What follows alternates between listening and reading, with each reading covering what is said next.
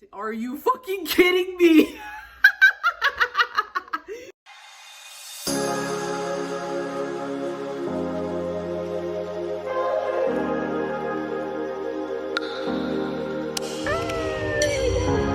Anyways, they arrived. They're about like.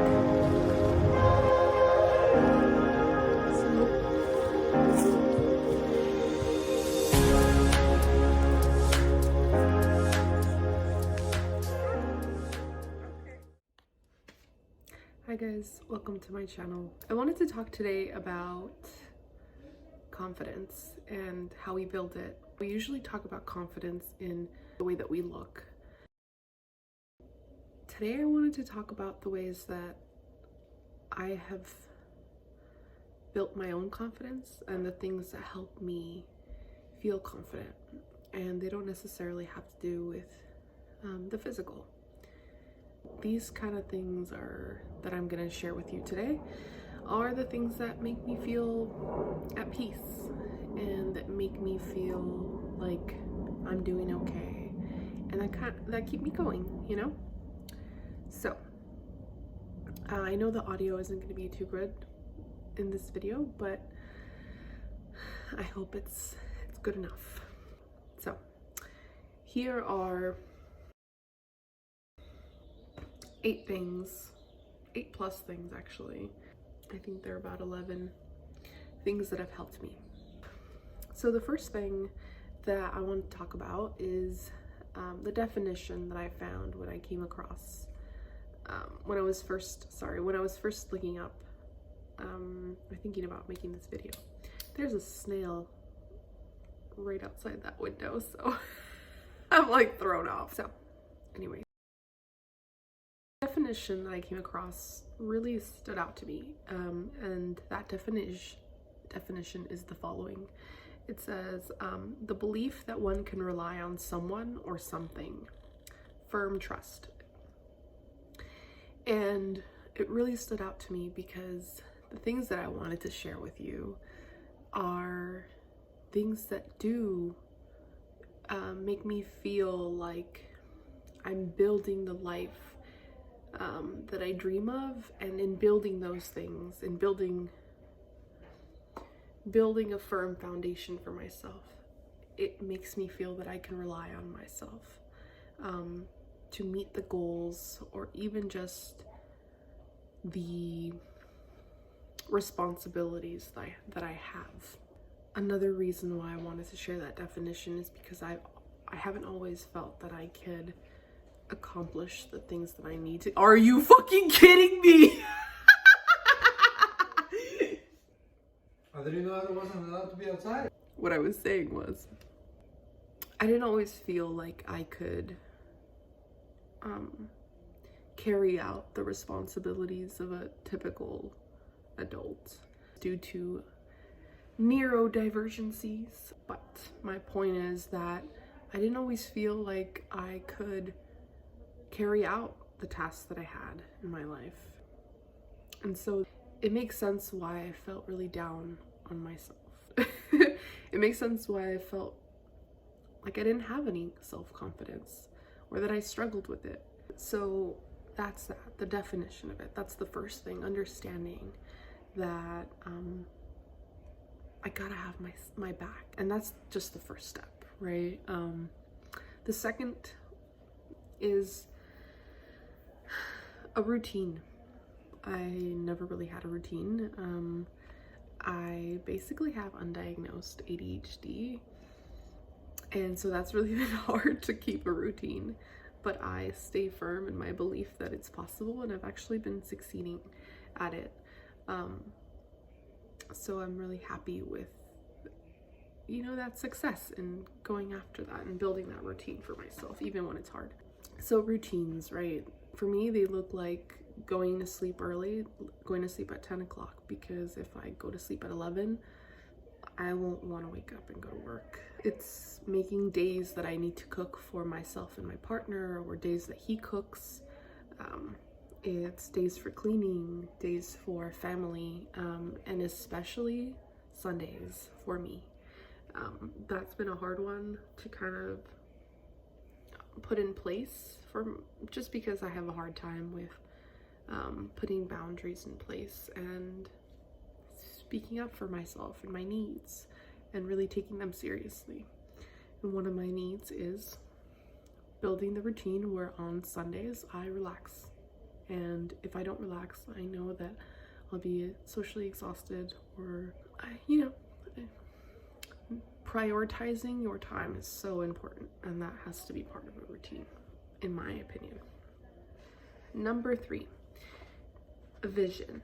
So putting your vision into the physical form, whether that be writing it or making a vision board. The way that I've personally done it for myself is I have made a vision board. I don't like to show it to anybody because I've found, and I think this is very important for us to talk about for number 3, is that sometimes your vision has to be low-key, because not that people aren't supportive of you, but they don't see the vision for yourself the way that you see it, and sometimes we end up changing our minds, and people can be weird about those things. And just test it out for yourself, maybe have your own opinion, but definitely I would suggest making a vision board. I consider this a privilege to be able to buy magazines. That to me was like a big thing. I never really thought I would be able to afford magazines, which is really weird because, I mean, not really weird, you feel me. Yeah, so buying them is a luxury for me. I saw it for myself as an investment when I, got to purchase this pretty magazine and cut it up and put it on a board, and I was able to see my vision all in one, and really, when I get down on myself, I look back at that. And most importantly, we need to know where we're going. We need to know what we want. It's possible to carry out the dreams or accomplish the dreams and achieve the dreams that we have. They're ours, so why not go ahead and work for them and believe in them, that they are possible of achieving. Okay, the next point that I wanted to talk to you guys about is figuring out what you will do first. You have all of these dreams out on this board. What are you going to accomplish first, and how are you going to do that? That kind of goes hand in hand with the routine. What fits in there? What are you going to prioritize? And that's been really hard for me. I'm not gonna lie to you, but I've felt that I've really had to ask myself that, am I gonna do YouTube? Am I going to do a little small business that I'm considering? How am I fitting YouTube into my schedule? Those are really hard questions if you've never done them before, and it's totally okay. I want you to know that it's totally okay and normal, because I sometimes feel that it's not, and I'm supposed to have it all answered. But this whole video about confidence is all about accepting where you are. And if you accept where you are and build on that, then our confidence is going to slowly build, and we have to respect that. So the next thing is number 5, cherishing those that have your back and really being aware of them, noticing how they reciprocate, how you reciprocate, and really noticing that they are your tiny little ecosystem, right? They're the ones that have your back. They're the people that are gonna be there, or that have been there, that you feel your best around, that you just feel so much love for and make you feel so happy to be alive. Those people, cherish them, fit them into your routine. Don't forget about them, because community is so important, and I think it's something that we don't talk about in the US. So community is so important, and I know you guys know that. So I wanted to say that before I hit the next topic, or not the next topic, the next point, which is one of the things that will get in the way is people who are maybe not meant to be in your life anymore. And that's something that was very hard for me to, and it's still very hard for me at times to grasp. It's really, really hard. Your support system is influential to you. Your support system sometimes isn't even gonna get why you do things the way that you do, or they're not really gonna understand your vision, and that's okay. But do they support you nonetheless? Do you feel good around them? Do you feel like it's sustaining you? Is it supporting the life that you want, or is it doing the opposite? So it's definitely important, or it has been important for me to ask myself that, right? And I had to mention it because I think that just like the content that we consume affects the way that we think, or the kind of input that we receive during the day. You know, if we're constantly receiving and inputting negative information, it's really not much that we can work with. And I feel the same way about our connections. And that's not to say that people that we no longer connect with are bad people. It just means that they're not your people in this period, in this phase of your life, you know. And it's really important not to get stuck on those negative things, which is a step on its own. Not holding on to resentments and working through the anger that you may feel because so-and-so said this, or so-and-so didn't, yada yada yada. Whatever those feelings are, if you notice them, I've paid attention to them, and I've noticed that they can get me stuck in a rut. And I don't want that for myself. And it's just a tip that I think is important. It's worth sharing, that we have to realize that sometimes we can get stuck in trying to blame someone else, and it's easier to make them a bad person, so that you don't have to feel bad, right? Because it's like, oh well, they're a bad person, that's why they're out of my life. And sometimes it's just because it doesn't work, you know, and that's okay. What's the next one? Spending less time on our phones, on my phone. I've noticed that when I do wake up, I get on my phone straight away. I